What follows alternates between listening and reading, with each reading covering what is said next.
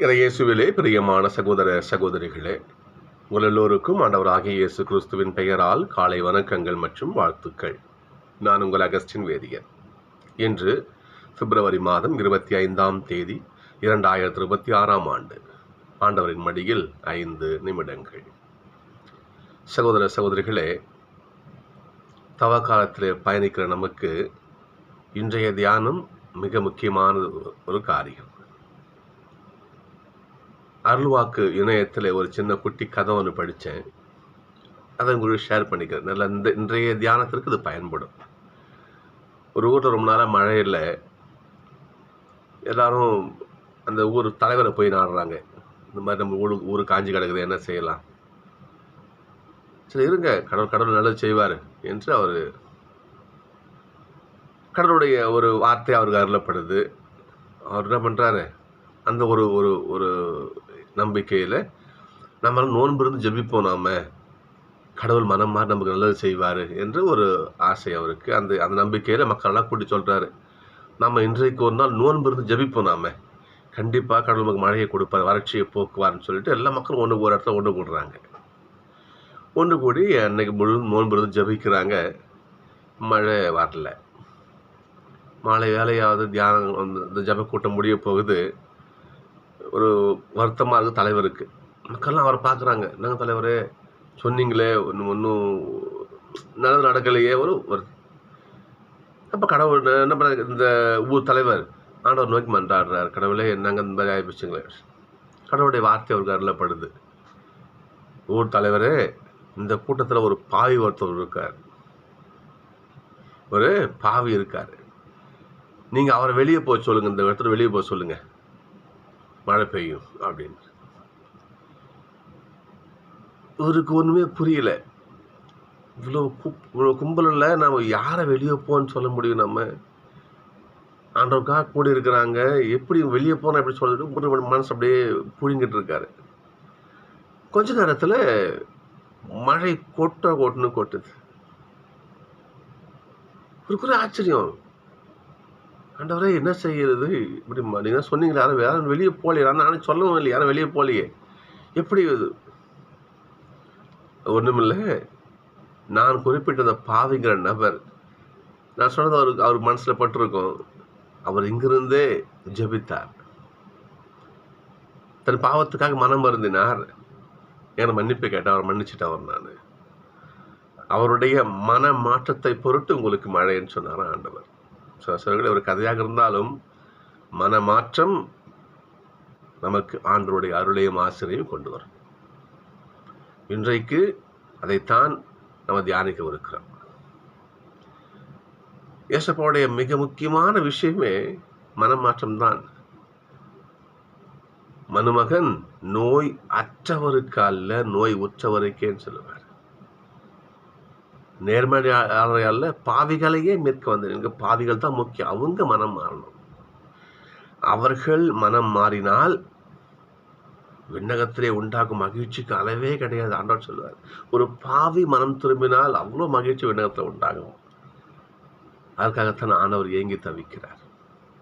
சகோதரர்களே, இன்றைய முதல் வாசகம் பார்க்கணும். நம்ம அசீரியா என்பது நினிவே நகரத்தினுடைய தலைநகரம், அந்நிய மக்களுடைய தலைநகரம். அது கிமு 723-22 வாக்கிலே அசீரிய மன்னன் என்ன பண்ணா, இஸ்ரேல் மேலே படையெடுத்து இஸ்ரேலை பிடிச்சிக்கிட்டான்.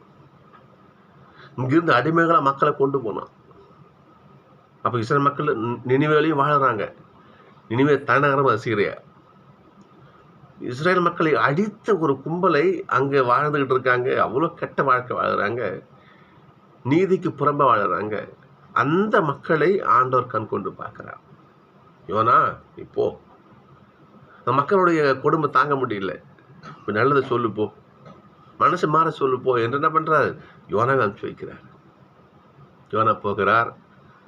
40 நாளில் நீங்கள் அழிய போறீங்க, மனசு மாறுங்க என்று அவனுடைய செய்தி அங்கே அறிவிக்கிறார். 40ஆம் நாள் என்ன பண்றாங்க, 40 நாள் முடியுது. அந்த முடியும் தருவாயில் யோனா என்ன பண்றாரு, பீச்சுக்கு கடற்கரைக்கு போயிடார். நினைவு அழிய போய் பார்த்துட்டு இருக்காரு. அழியலை, நினைவு அழியலை. ஏனென்றால் அவர்கள் இறுதியிலே மனமாற்றம் அடைந்தார்கள். கடவுளை உலகத்தை அந்த நகரை காப்பாற்றினார். மனமாற்றம் அடைந்தது நினிவேல் மக்கள் மட்டும் கிடையாது, கடவுளும் கூடத்தான். வச்சு பாருங்க, கடவுள் மனம் பண்ணாரா? அழிக்கவிருந்த இடத்தை அழிக்காம விட்டாரா? வச்சு பாருங்க பார்ப்போம். கடவுள் அழிக்க வந்தவர் கிடையாது. அது மனம் மாறுமா என்று நம்மளாம் மனசு மாறமாட்டோமா ஆவலா ஏங்கி தவிக்கின்ற கடவுள். சோதோம் குமாரா போறாரு இல்லையா ஆண்டவர், ஆபிரகாம் கெஞ்சுவார், ஆண்டவரே 10 பேர்னா விட்டுருவீங்களா, 5 பேர்னா விட்டுடுவீங்களா என்று கெஞ்சுவார். அப்பயே ஆண்டவர் சொல்ல, விட்டுறேன் ஆபிரகாம், ஒரு 5 பேர் நல்லவனை தானே விட்டுறேன்னு சொல்லுவார். அங்கு நல்லவர்களை ஆண்டவர் பார்க்காத பொழுது அங்கு அழிவு வருகிறது. சொல்களே, மனமாற்றம் ஆண்டவர் எதிர்பார்க்கின்ற மாபெரும் செயல். இன்றைக்கு 2ஆம் வாசகம் பாருங்க, நற்செய்தி பாருங்க. என்ன செய்தாலும் இந்த பரிசேயர் கூட்டம், அந்த யூத கூட்டம் ஆண்டவர் நம்பல, இயேசுவை நம்பல. ஆண்டவரே போதகரே, நீங்க மேஜிக் பண்ணி காட்டுங்க, எங்களுக்கு அற்புதம் செஞ்சு காட்டுங்க, அப்பதான் நாங்க நம்புவோம். எவ்வளவோ செஞ்சாரு, அதெல்லாம் பார்த்தீங்க, ஸ்பெஷலாக செஞ்சு காட்டணும் அவங்களுக்கு, அப்போ தான் நம்புவாங்க அவங்க. சகோதரர்களே, அந்த நேரத்தில் ஆண்டவர் சொல்ற வார்த்தை இன்றைக்கு வாசகம், யோனாவின் அடையாளம் தவிர வேறு அடையாளம் உங்களுக்கு கிடையாது என்று ஆண்டவர் சொல்றாரு. அவருடைய அதாவது இந்த மக்கள் செயலை கேட்டு ஆண்டோடைய வார்த்தையை நம்ம கவனிக்கணும்.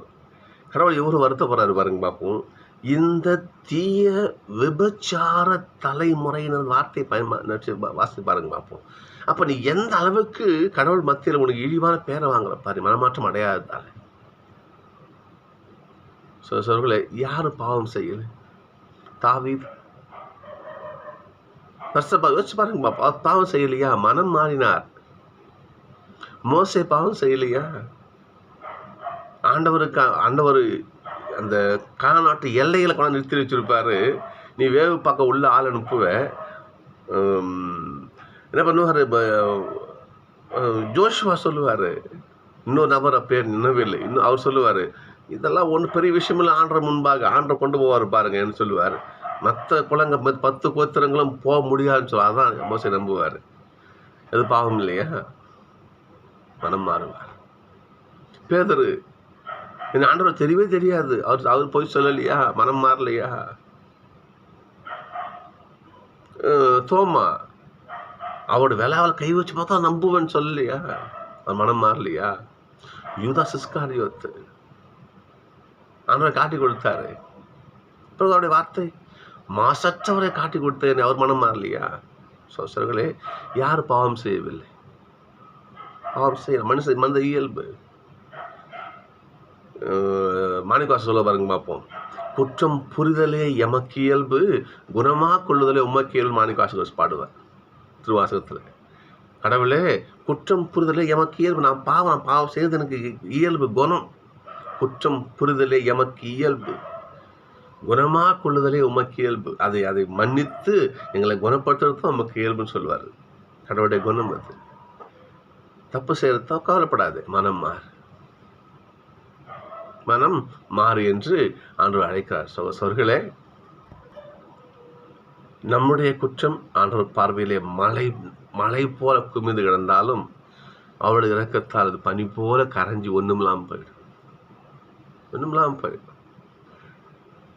அதுக்கு உதாரணம் மொத்த பைபிள் உதாரணம், வேற ஒன்றும் சொல்ல முடியாது.